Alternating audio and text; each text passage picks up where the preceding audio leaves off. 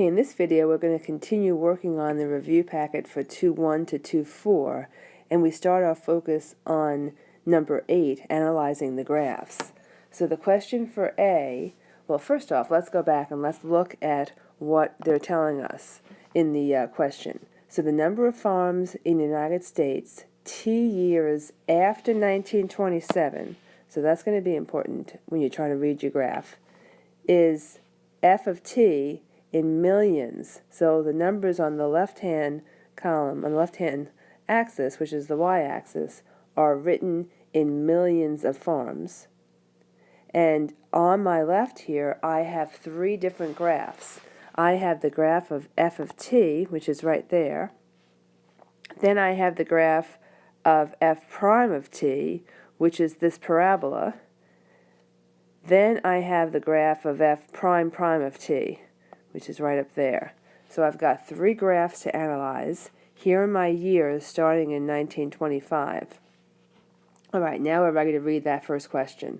Approximately how many farms were there in 1990? So if you start counting out by tens from 1925, you'll see that 1990 is about right there. So what you're going to do is, because it says how many farms, you're going to read up to the graph and then over, and you're using the F of T graph, and I'm getting that there are 2 million farms. So giving an answer of 2 would not really be appropriate. You want to use your units. Next question, at what rate was the number of farms declining in 1990? Couple of key things. Reading this question, rate tells me I'm going to use F prime of T, and the fact that it's declining tells me it'll be negative. So looking at the graph, I'm looking at the F prime of T graph, and the year is 1990, so we've already figured out that's in between the 60 and 70. So you're going to come down and you're going to read across. And I did this with a ruler when I was actually doing this work. So as I came across, I got negative 0.03, which I'm getting here as well. So you could put 0.03 because they've already said declining, so you don't need to repeat the negative. But it's better to write it as 30,000 farms per year. And the way to get that is to figure out that 0.03 equals something over 1 million. And if you do the math, you'll then do the cross products and you'll solve for x. So a better analysis of that is to say that the farms are declining at a rate of 30,000 per year. Okay, moving on to C. In what year was there about 6 million farms? So you're back up to your f of x function, and you need to read across from 6. So if you read across from 6, and you go across and hit the graph and then come down, so I came down, I don't know, somewhere around there, and I ended up with 1940, which is 15 more than 1925, so that's consistent with what I wrote in my answer key. That brings us to D. When was the number of farms declining at a rate? So declining at a rate, and when, I'm looking for a year. So you want to analyze these questions carefully. So given that, I have to know how to convert. They're using 60,000 farms per year. So my units over here are millions of farms. So you would take 60,000 over 1 million, and you're going to get positive 0.06. But then you recognize that it says declining, so you make it negative 0.06, which makes sense with what I see in my graph. And if you draw a cross on this, you're going to get an answer of 1945 and 1980. Well, how did that happen? Well, if I draw a cross from negative 0.06, I hit my graph 2 places. And when you go up from both of those, you will get 1940 and 1980.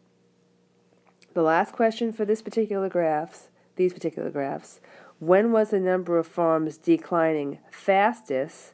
When you see that kind of question and you see the word fastest, I want you to think inflection point. So declining, when was it declining fastest? I'm looking and I'm seeing that right in around here I have an inflection point, and that's what I want. It's hard to read it because I have to guess, but look, I have the other information. Down below, I could use either the min here, because that's the fastest rate of decline, or I can use the other curve that we've thus far ignored, the f prime prime of t, and read it off that. So I'm getting 35, but then it's 35 plus 25, so it's about 1960. So reading from f prime prime of x and reading it at the 0 will get you your answer. So let's go on in the next slide. We'll talk about the question number 9, which will be a little bit more graphics. Okay, looking at this graph, I see that I have 3 graphs on one grid. So I have to be careful and make sure I know which is which. So I think I'm going to color code them for you in just a sec. Okay, so I've put some color on here for us. I would suggest that you do this yourself when you're analyzing graphs so that you can see which one is which. First question, what is f of 2? So you're going to go to look at your axis, and I see that 2 is right here on my x-axis. I'm going to draw up and over, and I see that f of 2 is 3. So when I evaluate the function where t is 2, I get a y value of 3. Next question, solve for ft equals 1. Again, you're looking at your f function, and you want to know where that f function equals 1. So the 1 is the y value. So go up to the y value, and you're going to draw across, and once you intersect, drop your vertical lines, and you will get answers of 4 and 6. All right, so definitely know how to do these kinds of problems when you're just reading the graph. For C, when does f of t attain its greatest value? So you're looking for the max of f of t. So here's your max, and you can read right off of your axis as you come down, and I get 1. All right, going on. When does f of t attain its least value? So the least value is the lowest point. I'm on my f of t. I look down, and I read time is 5. What is the rate of change of f of t at 7.5? All right, rate of change. You should have been jumping up and down saying that means f prime of x, of t in this situation. So I'm going to read my red curve. I'm going to go across. Okay, going to 7.5 for time. I'm going to come straight up, that's 7.5 right about there, and I'm going to read just my red, and when I read across, I get 1. So it's a positive 1 unit per minute. Remember, this now is unit per minute because we're doing f prime.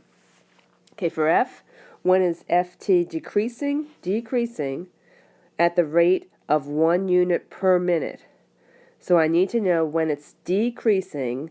So if it's decreasing, the rate is actually negative 1 unit per minute, which I've done here for you in parentheses, but don't assume that I'm going to always do that. So make sure you understand negative rate of change takes you below the x-axis.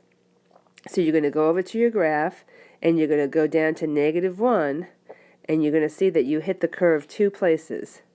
Then just read off the curve, and I'm getting about 2.5, and about 3.5 on my answer key. I didn't draw it as well here, so I think those are better answers. So I would go with 2.5 and 3.5.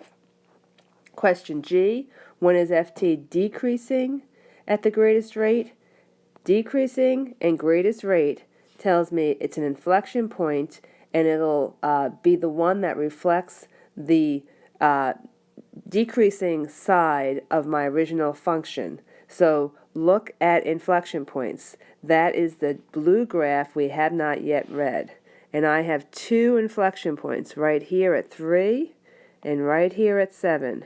So if I look up, the inflection point at 3 is for a decreasing section. And that's my answer, 3. Looking down to question H, that's also an inflection point question.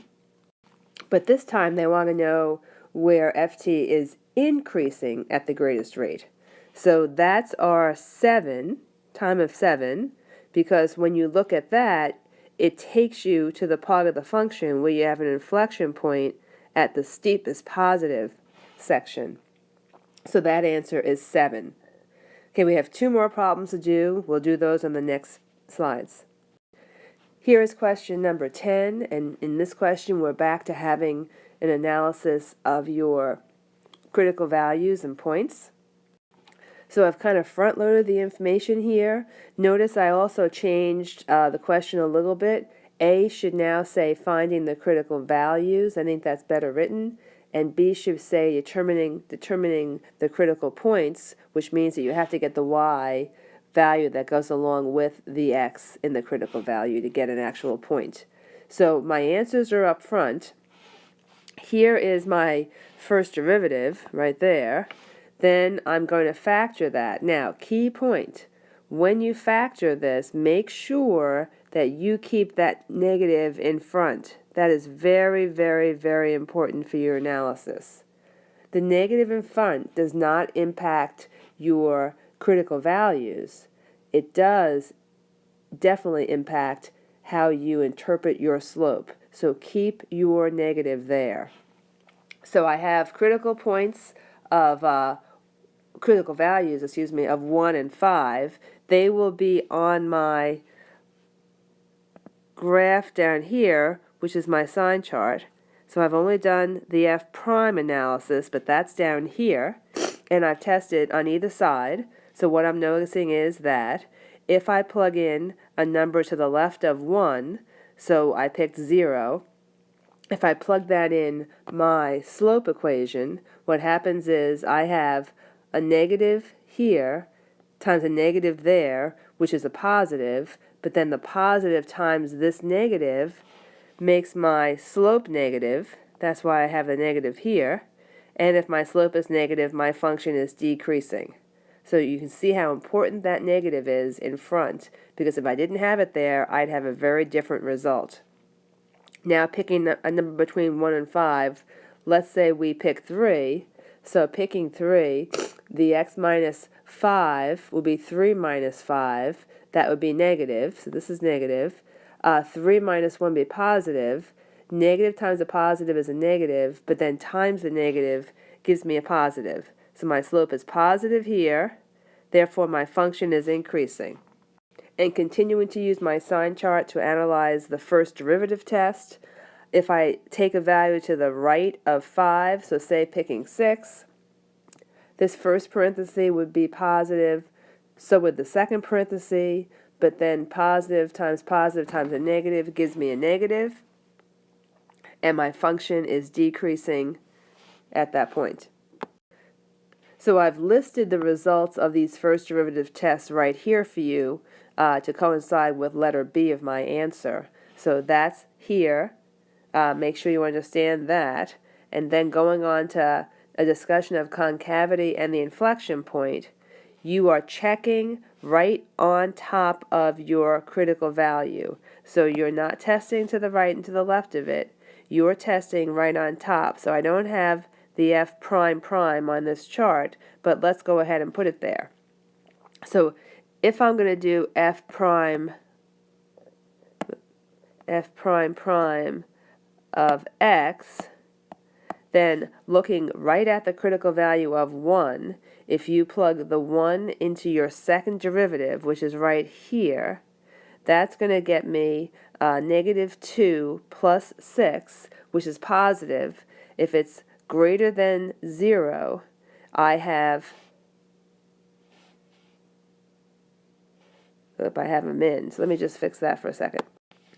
Okay, so this word right here should be min, and my graph reflects that. But since my concavity is positive, that means I'm concave up, which is a min.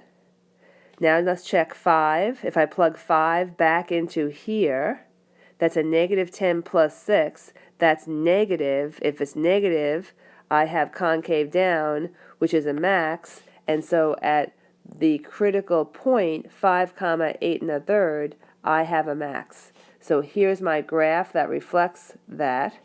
And if I want to talk about the places or the intervals where my function is concave down and concave up, that all has to do with the inflection point. So to get your inflection point, you're going to set that second derivative equal to 0 and solve for your x. My x is 3, plugging 3 into the original equation way back up here, I get a y value also of 3, and 3, 3 is my inflection point. So right there is my inflection point.